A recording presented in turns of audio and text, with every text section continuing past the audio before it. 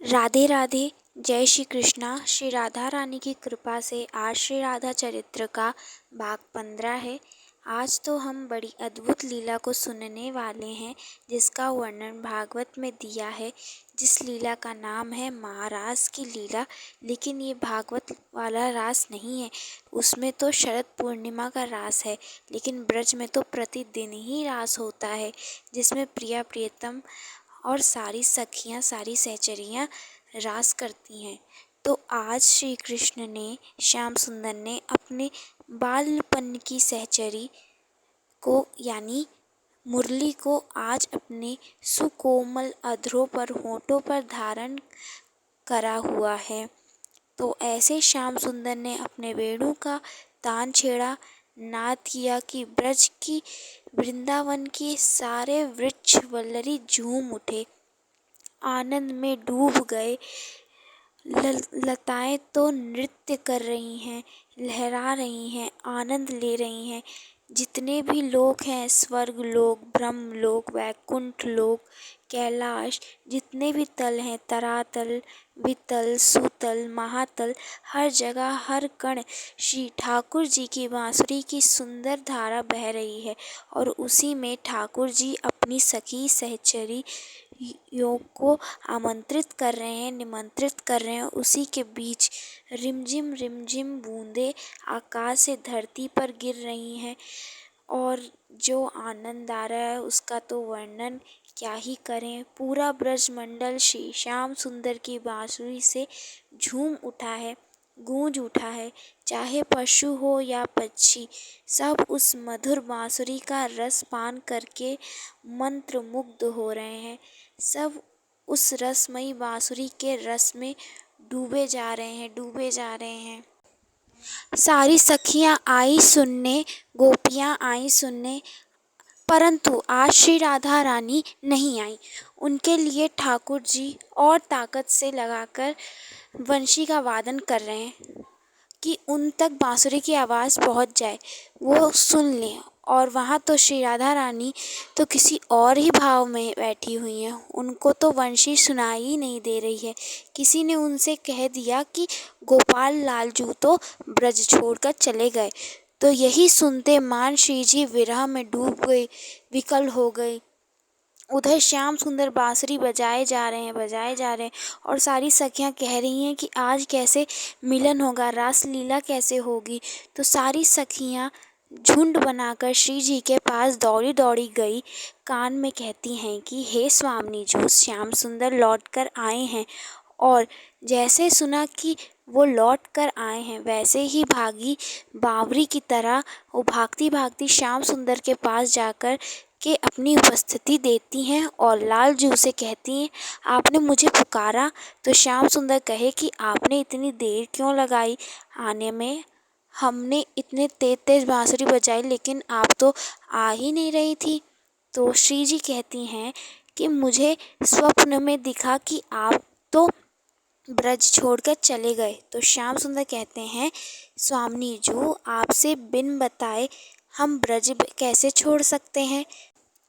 मैं आपको बिन बताए कभी भी ब्रज नहीं छोड़ सकता। तो सारी सखियां बोली कि अब श्री जी और प्यारे जू का मिलन हुआ, अब तो रास करो, अब महारास का हम आनंद लेंगे। तब सारी सखियां एकत्रित हुई, दोनों प्रिया प्रियतम का श्रृंगार किया, दोनों को रास के लिए सजाती हैं।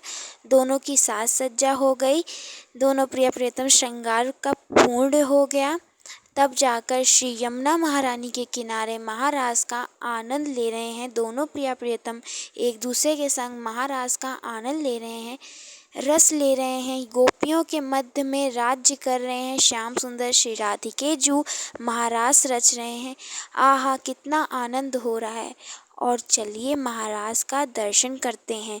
ये भाव श्री नंददास जी महाराज का है।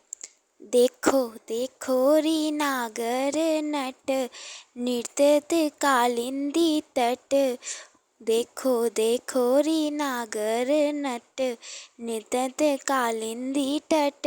गोपिन के मध्य राजे मुकुट लटक देखो। गोपिन के मध्य राजे मुकुट लटक देखो। हो देखो देखो री नागर नट, नितत कालिंदी तट। गोपिन के मध्य राजे मुकुट लटक देखो। काचिन किंकिनी पीतांबर चटक देखो। हो देखो देखो री नागर नट, नितत कालिंदी तट। गोपिन के मध्य राजे मुकुट लटक देखो। तत थई शब्द सकल घट, तत थई शब्द सकल घट।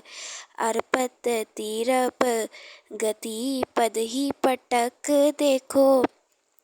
अर्पत तीरप गति पद की पटक देखो। हो देखो देखो री नागर नट, नित्य कालिंदी तट।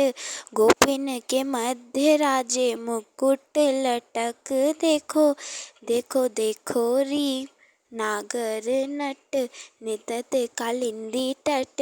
गोपिन के मध्य राजे मुकुट लटक देखो।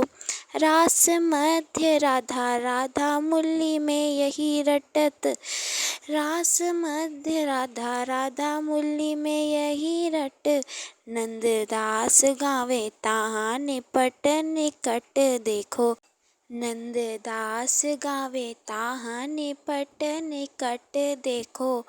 हो देखो देखो री नागर नट, नितत कालिंदी तट। देखो देखो री नागर नट, नितत कालिंदी तट।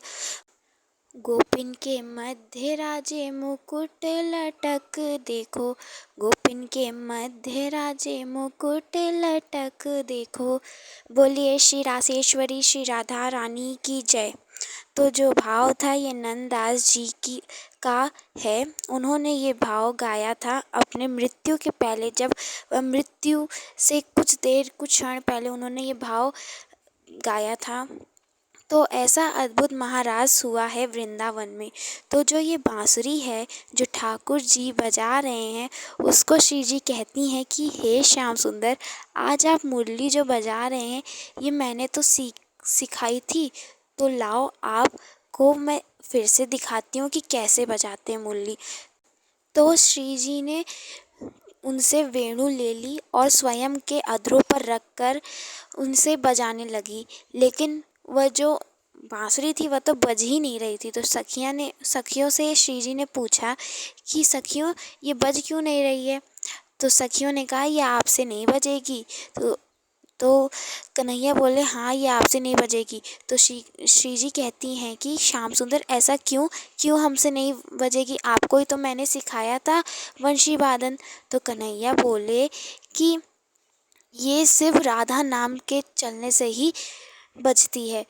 जब तक इसमें राधा राधा नहीं बोला जाएगा, राधा राधा करके नहीं गाया जाएगा, तब तक ये बांसुरी धुन नहीं देगी, धुन नहीं निकालेगी। तो क्योंकि जो श्री जी थी वो श्री कृष्ण का नाम लेकर बार बार बांसुरी को फूंक रही थी, बजा रही थी, इसलिए उसमें से आवाज़ नहीं आ रही थी। तो ऐसे पूरा महारास होता है जिसमें श्री जी और लालजू खूब नृत्य करती हैं, खूब रास में आनंद आता है। लेकिन नृत्य करते करते जो हमारी श्री जी थी और लालजू थे वो दोनों ही श्रमित हो गए थे, यानी थक गए थे। तो वो थक के बैठ गए थे। वहाँ जो सखियाँ थी वो उनको व्यार रही थी, अपने साड़ी के पल्लू से वो उन्हें व्यार रही थी, उन्हें पंखा कर रही थी, जिससे वो जो श्रमित हुए थे ना उनका वह श्रम हटे। तो ऐसे तो हमारे प्रियतम ने महारास रचा वृंदावन में, ब्रजमंडल में। तो हमने आज श्री जी का महारास देखा, श्री श्यामा जू का रास देखा।